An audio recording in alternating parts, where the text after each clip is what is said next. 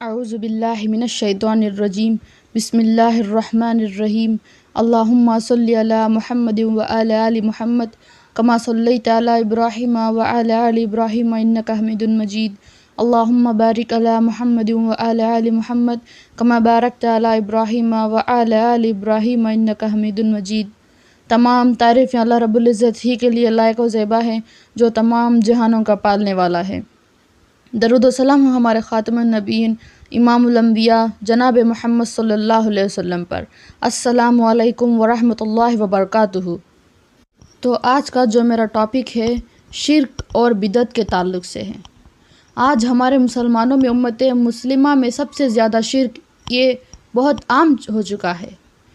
شرک یہ بڑا گناہ ہے۔ شرک اتنا بڑا گناہ ہے کہ اس گناہ کی معافی نہیں ہو سکتی، باقی ہر گناہ کو اللہ چاہے تو معاف کر سکتا ہے۔ شرک کیا ہے؟ شرک کا مطلب ہے اللہ کے ساتھ کسی اور کو شریک کرنا، اللہ کی ذات میں، اللہ کی صفات میں اور اللہ کی عبادت میں کسی جاندار یا پھر کسی بے جان، چاہے وہ زندہ ہو یا مردہ ہو، ایسی مخلوق کو اس کے یعنی اللہ کے برابر سمجھنا، یہ ہے شرک۔ جیسے کہ اللہ صرف ایک ہے، سب کو رزق دینے والا ہے، جان دینے والا اور جان نکالنے والا، تو اللہ کے سوا کسی کی یعنی کوئی اور بھی یہ کام کر سکتا بولنا یا سمجھنا، یہ شرک ہے۔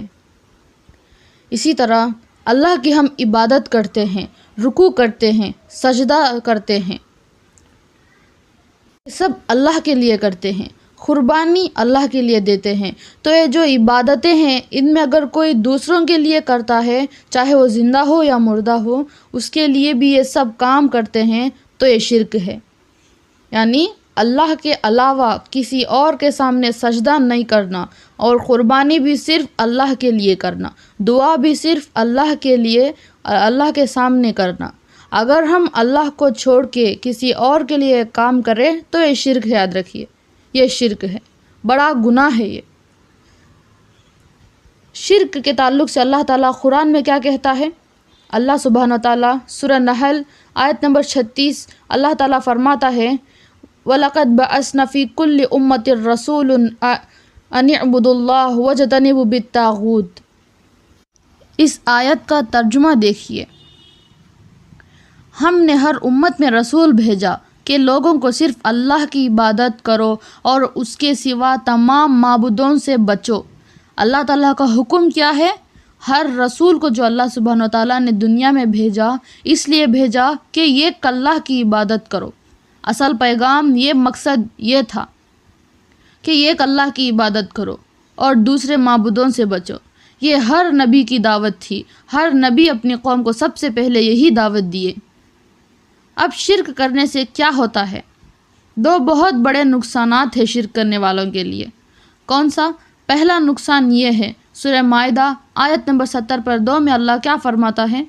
اللہ تعالیٰ کے یقین مانو، جو شخص اللہ کے ساتھ شریک کرتا ہے اللہ اس پر جنت کو حرام کر دیتا ہے اور اس کا ٹھکانہ جہنم ہی ہے، ہمیشہ کی جہنم ہے۔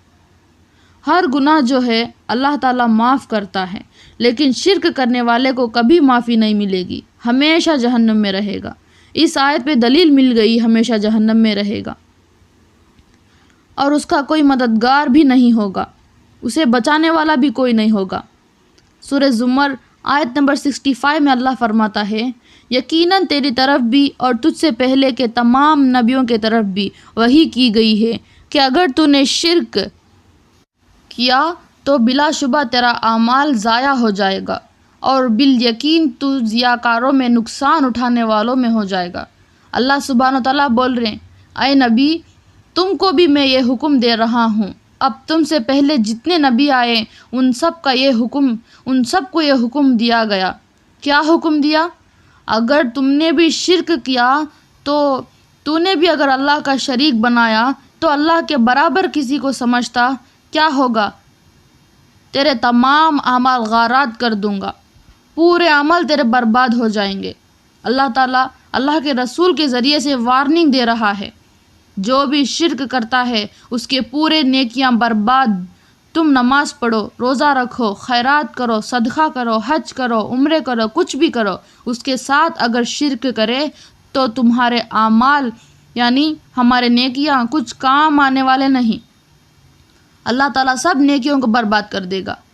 اب اصل ہمارے یہاں شرک کیوں کرتے ہیں لوگ؟ تو پہلا وہ ہے جو اولاد کے لیے شرک کرتے ہیں۔ شادی ہوئی، 1 سال دیکھے اولاد نہیں ہوئی تو بابا کے پاس چلے جاتے، منتیں مانگ لیتے اولاد کے لیے، وہاں پر جھک جاتے ہیں۔ اب ہم اس کو قرآن سے جوڑیں تو جواب ہم کو یہ ملتا ہے۔ سورہ شعراء سورت نمبر 42 آیت نمبر 49 اور 50، اگر آپ یہ 2 آیتوں کو نکال کر دیکھیں گے تو اللہ تعالیٰ کیا فرماتا ہے؟ آسمانوں کی اور زمینوں کی سلطنت اللہ ہی کے لیے ہے، وہ جو چاہتا ہے پیدا کرتا ہے، جس کو چاہتا ہے بیٹیاں دیتا ہے، جسے چاہتا ہے بیٹے دیتا ہے، یا انہیں جمع دیتا ہے، بیٹے بھی اور بیٹیاں بھی، اور اللہ جسے چاہے بانجھ کر دیتا ہے۔ اللہ اکبر۔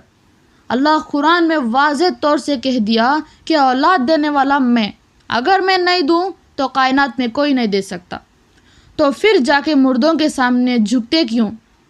اب بتائیے، اولاد ہم کو وہاں گئے تو ہوئی یہ بول سکتے؟ اب ہم وہاں جانے سے اولاد ہوئی بول سکتے؟ نہیں۔ قرآن کہتا ہے کہ اولاد اللہ دیتا ہے۔ دوسرا اس لیے جاتے شرک کے اڈوں کے پاس کہ اپنے پریشانیوں کو لے کر جاتے ہیں۔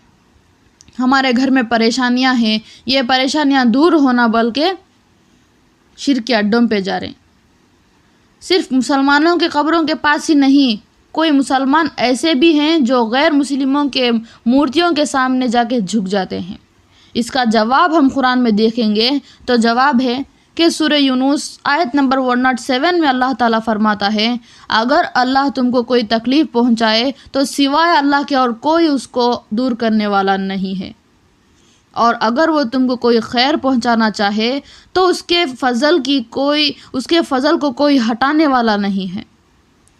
اللہ تکلیفوں کو دیتا ہے، اللہ خوشیوں کو بھی دیتا ہے، تو کیوں سمجھتے نہیں ہم؟ تیسرا، بیماریوں کو لے کر شرک کے اڈوں پہ جا رہے ہیں۔ اب بیماریاں شفا کون کرتا ہے؟ قرآن میں سورہ شعراء کی آیت نمبر 79 اور 80 میں اللہ تعالیٰ فرماتا ہے کہ ابراہیم علیہ السلام کہتے ہیں کہ وہی جو ہے مجھے کھلاتا ہے، اور بیمار پڑ جاؤں تو مجھے شفا عطا کرتا ہے۔ کون شفا عطا کرتا ہے؟ اللہ۔ تو 4ویں چیز جو شرک کے اڈوں پر لے کے جاتے ہیں وہ ہے برکت کے لیے جاتے ہیں۔ اللہ قرآن میں سورہ روم آیت نمبر 40 میں اللہ سبحانہ وتعالیٰ فرماتا ہے، اللہ تعالیٰ وہ ہے جس نے تم کو پیدا کیا، پھر روزی دی، پھر مار ڈالے گا، پھر زندہ کرے گا۔ روزی دینے والا کون؟ روزی دینے والا اللہ۔ کہ گھروں میں برکت اور رزق جو کچھ دینے والا ہے وہ صرف اللہ ہے، تو پھر کیوں اللہ کو چھوڑ کے دوسروں کو شریک مانتے ہیں اور دوسروں کے سامنے جا کے سجدہ کرتے ہیں اور ان سے مدد مانگتے ہیں؟ تھوڑے لوگ یہ کہتے ہیں کہ ہم دیکھنے کے لیے جاتے ہیں، ہم وہاں جا کے سجدہ نہیں کرتے، ہم اصل میں وہاں اس لیے جاتے ہیں کیونکہ وہ اللہ کے ولی ہیں، نیک لوگ ہیں، اللہ ہماری ڈائریکٹ نہیں سنتا، تو ہم ان کے پاس جا کے وسیلہ لگاتے تو اللہ ان کے ذریعے سے ہماری دعا سنتا۔ یہ بولنے والوں کو جواب ہے قرآن میں سورہ زمر آیت نمبر 3 میں اللہ تعالیٰ کیا فرماتا ہے، خبردار اللہ ہی کے لیے خالص عبادت کرنا، اور جن لوگوں نے اس کے سوا اولیاء بنا رکھے ہیں اور وہ کہتے ہیں کہ ہم ان کی عبادت صرف اسی لیے کرتے ہیں کہ وہ بزرگ اللہ کے نزدیک مرتبے تک ہمیں ہماری رسائی کر دیں گے، یہی تو شرک ہے۔ ڈائریکٹ کنیکشن ہے اللہ سے، ہم کو اللہ سیدھی ہماری بات سنتا ہے، یہی تو اسلام کی خاصیت ہے۔ اللہ سبحانہ تعالیٰ فرماتا ہے کہ میں بہت ہی قریب ہوں ہر پکارنے والے کی پکار کو، جب بھی وہ پکارے قبول کرتا ہوں۔ اسی لیے لوگوں کو چاہیے کہ سمجھے اور سوچیں۔ کسی وجہ سے اپنے ایمان پر شرمندہ ہونا، یہ کہنا کہ اگر مسلمان نہ ہوتا تو اچھا ہوتا، یہ ایسا کہنا کفر ہے، نعوذ باللہ کفر ہے ایسا کہنا۔ اور اللہ سبحانہ وتعالیٰ آخرت میں فرمائے گا کہ کہاں ہے وہ لوگ جنہیں تم میرے سوا پکارتے تھے؟ تو اللہ سوال کرے گا جنہیں لوگ مانتے تھے جنہیں لوگ پوچھتے تھے ان کو سوال کرے گا تو وہ کہیں گے کہ اے اللہ تو سب کچھ جاننے والا ہے، ہم نے ان کو نہیں کہا کہ تم اللہ کو چھوڑ کر ہمیں ماننا، یہ لوگ ظالم ہیں جو تیرے سوا دوسروں کو پوچھتے تھے، ہمیں کچھ بھی نہیں معلوم کہہ کر چلے جائیں گے۔ جو لوگ مانتے تھے ان کو وہ پھنس جائیں گے، اللہ ان کو جہنم میں ڈال دے گا، ان کے لیے ہمیشہ جہنم ہے۔ رسول اللہ صلی اللہ علیہ وسلم فرماتے ہیں کہ ان کی حدیث ہے کہ تو شرک کبھی نہ کرنا، چاہے تجھے جلا دے یا مار دے۔ ہمارے نبی محمد صلی اللہ علیہ وسلم کیا فرماتے ہیں؟ چاہے جلا دے یا مار دے لیکن شرک نہیں کرنا۔ آج مسلمانوں کا کیا حال ہے؟ آج مسلمان شرک میں ڈوبے ہوئے ہیں۔ تھوڑے ایسے بھی شرک ہیں جنہیں ہم معمولی سمجھتے ہیں۔ نمبر 1، اللہ کے علاوہ کسی کو پکارنا وہ شرک ہے۔ تاگے اور سیپی اور منکا، پتھر کی انگوٹھی، مالا، نیمبو، ناریل، مرچی، تعویذ، یہ تمام چیزوں کا لٹکانا چپکانا، یہ تمام چیزیں شرک ہیں۔ نعوذ باللہ لوگ جو ہے تعویذ ڈال لیتے اور کہتے ہیں کہ ہم نے صرف قرآن کی آیتیں لکھ کر تعویذ ڈال لی ہے، کہتے ہیں وہی پہن کر باتھ روم میں جاتے، تو اس سے قرآن کی آیتوں کی بے حرمتی ہو رہی ہے، یہ بھی شرک ہے۔ اور نمبر 3، ایسے جملوں کا پڑھنا جو غیر اللہ کو خوش کرنے کے لیے یا اس کی تعظیم، تعریف یا جن یا شیطان کو خوش کرنے کے لیے ہوتے ہیں، وہ بھی شرک ہیں۔ اللہ کے علاوہ کسی اور کے لیے قربانی کرنا اور نیاز کرنا، منت مانگنا شرک ہے۔ اللہ کے سوا دوسروں سے دعا کرنا یہ بھی شرک ہے۔ قبروں پر اور خدا کے علاوہ کسی اور کے سامنے سجدہ کرنا شرک ہے۔ جادو کا کرنا کفر ہے اور شرک ہے۔ یاد رکھ لیجئے، قبروں پر سجدہ کرنا شرک ہے، خدا کے علاوہ کسی اور کے سامنے سجدہ کرنا شرک ہے، فال کھولنا شرک ہے، نظر بد کے لیے تعویذ کا پہننا شرک ہے، جیسے کالی ڈوری، کالے ٹپکے جو ہے چھوٹے بچوں کے گالوں پر چپکاتے ہیں، لگائے جاتے ہیں، وہ سب شرک ہیں۔ ہاں قرآن شفا ہے، مگر اس کو لکھ کر گلے میں لٹکانے سے کوئی فائدہ نہیں۔ ڈاکٹر آپ کو ٹیبلیٹس دے تو آپ کھاتے یا گلے میں لٹکا لیتے، کھائے تو شفا ہوتا۔ ویسے ہی قرآن پڑھ کر دم کر لے تو شفا ہوگا، گلے میں لکھ کر لٹکانے یہ شرک ہے۔ اسی طرح وہ عمل جو خالص اللہ سبحانہ وتعالیٰ کے لیے کرنا ہے وہ دوسروں سے کرے تو شرک ہے۔ مثلا اللہ سے جتنی محبت کرتے ہیں اتنی محبت کسی اور سے کرنا شرک ہے۔ چیزوں پر سلیب کا نشان لگانا، مطلب پلس کا نشان کسی چیز پر لگانا شرک ہے۔ ٹیٹو بنوانا شرک ہے۔ سورج اور چاند یا ستارے کے آنے جانے پر تاثیر ہے سمجھنا، کام ہونے یا نہ ہونے کا عقیدہ رکھنا یہ شرک ہے۔ جیسے کہ ایک دن اچھا اور ایک دن کو منحوس سمجھنا یہ شرک ہے۔ اور یہ وقت میں کام کرنا، یہ وقت چلا گیا تو کام نہیں ہوتا سمجھنا یہ شرک ہے۔ بدشگونی کرنا، مطلب بلی راستہ کاٹ گئی اب نہیں جانا، یہ کوا چلایا تو یہ ہوتا، نمک سے نظر اتارنا یا کسی بھی چیز سے نظر نکالنا یہ سب شرک ہے۔ دکھاوا کرنا شرک ہے۔ آپ صلی اللہ علیہ وسلم کی حدیث ہے کہ جس نے دکھاوے کی نماز پڑھی اس نے شرک کیا۔ غیر اللہ کی قسم کھانا، اللہ کے علاوہ کسی کی قسم کھانا، جیسے کہ ماں کی قسم، کعبے کی قسم، باپ کی قسم، یہ سب کیا ہے؟ شرک ہے۔ غیب کی باتیں معلوم ہونے کا یا کرنے کی کوشش کرنا شرک ہے۔ مختلف قسم کے ہاتھ میں الگ الگ چیز کے لیے الگ الگ بینڈز پہننا، جیسے یہ انگوٹھی پہننا، یہ انگوٹھی پہننے سے برکت آ جاتی ہے، ایسا سمجھنا یہ سب شرک ہے۔ ٹوٹا ستارہ قرآن نے بیان کیا ہے، جو ستارے ٹوٹتے ہیں در حقیقت وہ شیطان کو مارا جاتا ہے۔ شیطان اوپر جاتا ہے اور کچھ غیب کی باتیں سنتا ہے تو اللہ حکم دیتا ہے فرشتوں کو، تو فرشتے تارے کو لے کر پھینکتے ہیں، اس کو جب پھینکتے ہیں تو شیطان بھاگتا ہے اور چلا کے نیچے والے کو بولتا ہے کہ وہ بات تھی، وہ نیچے والا اور نیچے والے کو بولتا ہے کہ یہ بات تھی۔ اب ٹوٹا ستارہ دکھ جائے تو خواہش پوری ہو جاتی، یہ سب بولنا شرک ہے، یہ سب شرک کی باتیں تھیں۔ تو اب بدعت کیا ہے ہم دیکھیں گے۔ بدعت سے ہم کو بچنا ہے۔ بدعت کیا ہے؟ بدعت ایک ایسا کام ہے جو دین میں نہ ہو، وہ چیز ثواب کے لیے کرے تو وہ بدعت ہے۔ تو بدعت سے اپنے آپ کو روکیں۔ اب ہمارے سماج میں اتنے قسم کے بدعتیں ہیں۔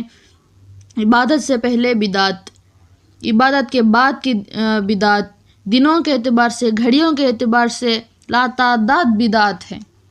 بدعتی کی توبہ اللہ قبول نہیں کرتا۔ اگر وہ بدعت کو چھوڑ دے تو اللہ چاہے تو اس کی توبہ قبول کرتا ہے۔ بدعتی مطلب صحابہ اور محمد صلی اللہ علیہ وسلم نے نہیں کیا وہ کام کرنا بدعت ہے۔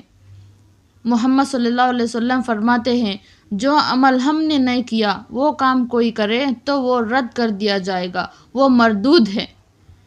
3 بدعتوں سے ہم کو بچنا ہے، وہ یہ ہیں۔ پیدائش کی بدعتیں، انسان پیدا ہوتا ہے تو کتنی بدعتیں ہوتی ہیں۔ سنت کو چھوڑ کے چھٹی مناتے، چلا مناتے، یہ سب بدعتیں ہیں۔ حقیقہ نہیں کریں گے، کیونکہ حقیقہ نہیں کریں گے بلکہ ساری بدعت کی چیزاں کر دیتے ہیں۔ حقیقہ کرنا ہے ہمیں، یہ سنت عمل ہے، یہ چھوڑ کے سب کچھ کرتے۔ دوسرا، نکاح کی بدعتیں، شادی طے ہونے کا ایک رسم، شادی میں نئے رسم، پھر جمعگیاں اور پھر عید آ گئی تو عیدی کا رسم، ساری شادیوں میں جو رسمیں ہوتی ہیں یہ سب بدعتیں ہیں۔ اور 3واں، موت کی بدعتیں، میت کو پھول ڈالنا اور عورت ہے تو فلاں کلر کا کفن ہونا، یہ سب بدعتیں ہیں۔ بدعتوں کو کنٹرول کرنا ہے۔ تو جو قوالی، عرس کرنا، محرم کرنا، 11ویں کرنا، بیبیوں کے بیڑے بانٹنا، یہ سب شرک ہے۔ تو یہ دیکھنا ہے کہ ہمیں کیا کیا کرنا چاہیے۔ تو اب ہم دیکھیں گے ہم کو کیا کرنا چاہیے، اسلام نے ہم کو کیا کرنے کو کہا ہے۔ کلمہ طیبہ کو لفظ اور معنی صحیح پڑھنا ہے اور اس پر عمل کرنا ہے۔ نماز کی پابندی کرنا اور دل لگا کر نماز پڑھنا، زکوٰۃ ادا کرنا، اگر حج جانے کے پیسے ہیں تو حج کرنا، رمضان کے روزے رکھنا ہے، دین کے حکم ہمیں ماننا ہے، دین کے حکموں پر اور تاریخوں پر چلنا ہے، مطلب طریقوں پر چلنا ہے،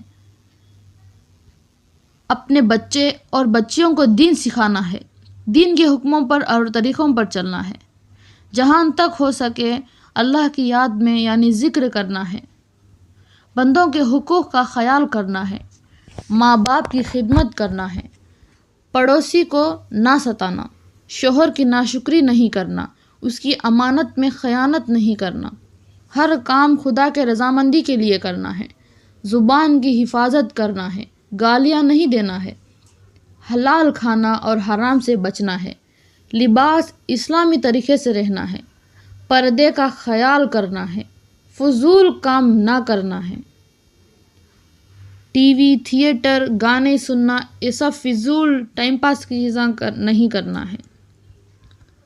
جو دعائیں ہر وقت کی یعنی کھانا کھانے کی دعا اور ایسی چھوٹی چھوٹی دعائیں سیکھنا اور اپنے بچوں کو سکھانا ہے، اور ہمارے بچوں کو، ہمسایوں کو، سہیلیوں کو گناہوں سے بچانا ہے۔ مسلمان ہونے پر ہم پر دین کو سیکھنا اور سکھانا ہم پر فرض ہے۔ اسلام نام ہے اس دین کا اور اس طریقے پر زندگی گزارنے کا جو اللہ اور اس کے رسول صلی اللہ علیہ وسلم کے بتائے ہوئے طریقوں پر چلنا، اور وہی اصلی مسلمان ہے۔ اصلی مسلمان بننے کے لیے 2 باتوں کی ضرورت ہے۔ نمبر 1، ہم دین اسلام کو جانیں اور کم سے کم عمل کرنے کی کوشش کریں، اور عمل کرنا ہے، اور ہم تقوی کو اختیار کرنا ہے۔ تقوی مطلب یعنی اللہ کا خوف اور آخرت کی فکر۔ جس شخص میں جتنا تقوی ہوگا اس میں اتنی نیکیاں اور اچھائیاں ہوگی۔ تقوی کا مطلب جو چیز اللہ تعالیٰ نے ہم پر فرض کیا ہے اور جو باتوں سے ہم کو روکا گیا ہے، جو چیزوں کو حرام کر دیا ہے اس کو حرام ماننا، اور اللہ سے ڈرنا، اس کو تقویٰ کہتے ہیں۔